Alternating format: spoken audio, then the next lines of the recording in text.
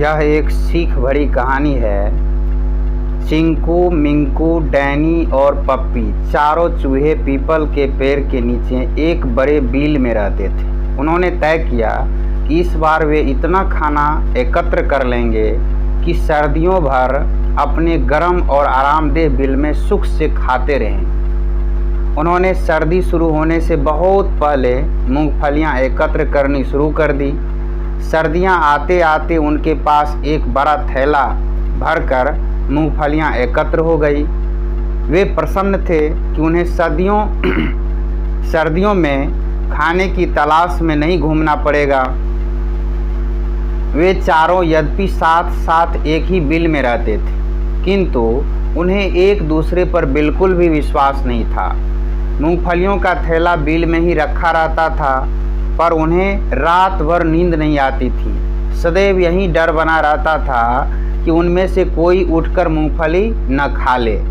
जब 2-3 दिन इसी तरह जागते हुए बीत गए तो पप्पी ने सुझाव दिया कि वे थैले को किसी ऐसे व्यक्ति के पास रखवा दे जिस पर उन्हें पूरा विश्वास हो तथा आवश्यकता पड़ने पर उसे वापस भी ले सके। यह सुझाव सभी को पसंद आया। उसी पेड़ पर चंचू मैना रहती थी और वह बड़े अच्छे स्वभाव की थी। चंचू सबकी सहायता करने के लिए हमेशा तैयार रहती थी। चारों ने मूंगफलियों का थैला चंचू के पास ही रखवा दिया और उसे बता दिया कि वह थैला चारों की सहमति से ही वापस लौटाए। एक दिन चंचू की तबीयत अचानक खराब हो जाती है। उसे ठंड लग गई थी, पैरों में बड़ा दर्द था। चारों उसे देखने गए और आराम करने की सलाह दी। चंचू ने विनती की, भैया यदि तुम मुझे भालू दादा की दुकान से थोड़ा सा दाना ला दो तो मैं आराम करती रहूँगी और कल तक ठीक हो जाऊँगी। हाँ हाँ चंचू बहन, क्यों नहीं, चिंकू ने उत्तर दिया। हम दोपहर को उधर घूमने जाएंगे, तब दाना अवश्य ला देंगे और लोमर दादा से दर्द के लिए कुछ दवा भी ला देंगे। चंचू ने उन्हें धन्यवाद दिया और निश्चिंत हो गई। दोपहर को जब वे चारों घूमने जाने लगे तो उन्होंने मिंकू से कहा कि वह चंचू से खाली थैला ले आए जिससे वे उसका सामान ला सके। आप तीनों चले, मैं थैला लेकर आपके पीछे पीछे आता हूँ, चिंकू ने तुरंत कहा। इसी समय चिंकू ने मूंगफलियाँ हड़पने की योजना बना ली। वह चंचू के पास जाकर बोला कि चंचू बहन, मूंगफलियों का थैला दे दो, कुछ मूंगफलियां और रखनी है। चंचू बेचारी बड़ी भोली थी। चालाक चिंकू की चाल वह क्या समझती। हाँ, वादे के अनुसार उसने वहीं से आवाज़ देकर मिंकू, डैनी और पप्पी से अवश्य पूछ लिया, थैला दे दूँ क्या? तो मिंकू, डैनी और पप्पी के दिमाग में तो उस समय बाजार से चंचू का सामान लाने वाली बात ही थी। वे समझे चंचू खाली थैले के बारे में ही कह रही है, तो मूंगफलियों के थैले का तो उन्हें जरा भी ध्यान नहीं था। इसलिए तीनों ही बोल उठे, हाँ हाँ दे दो, और वे बाजार चल दिए। उन्होंने सोचा चिंकू भी थैला लेकर पहुंच ही जाएगा। मिंकू, डैनी और पप्पी की सहमति पाकर चंचू ने मूंगफलियों का थैला चिंकू को थमा दिया। चिंकू थैला लेकर चंपत हो गया।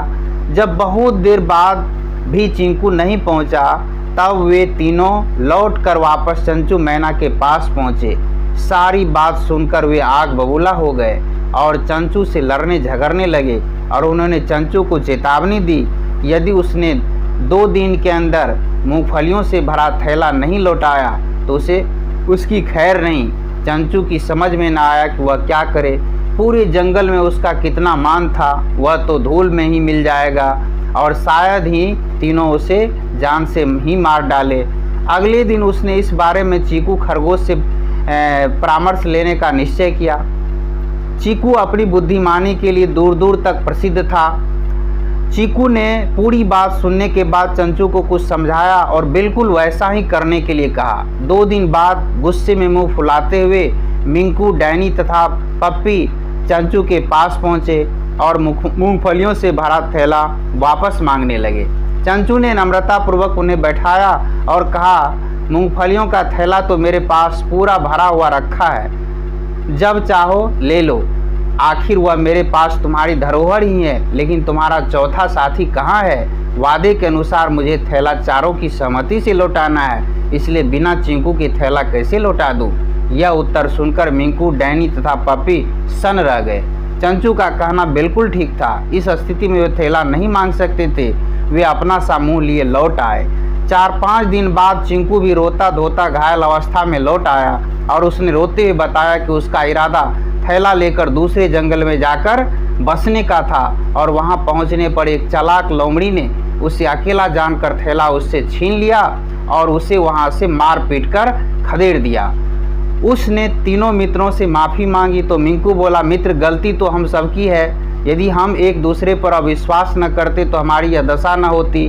आराम से अपने बिल में मौज करते, लेकिन अविश्वास के कारण तुम हमसे अलग हुए और थैला भी गंवा आए। सभी को अपनी गलती समझ में आ गई। पप्पी बोला, हमने चंचू से भी बुरा व्यवहार किया, चलो उससे भी माफ़ी मांगाए। तो दोस्तों, मित्रता में एक दूसरे पर अविश्वास नहीं करनी चाहिए, इससे हानि ही होती है। इस कहानी के माध्यम से अविश्वास का फल जो इन्हें मिला है, कभी भी अपनी मित्रता में अविश्वास को जगह नहीं देनी चाहिए। यह कहानी अगर आपको अच्छा लगा हो तो इस वीडियो को लाइक कर दें और इस चैनल पर अगर पहली बार आए हैं तो चैनल को सब्सक्राइब कर लें। धन्यवाद।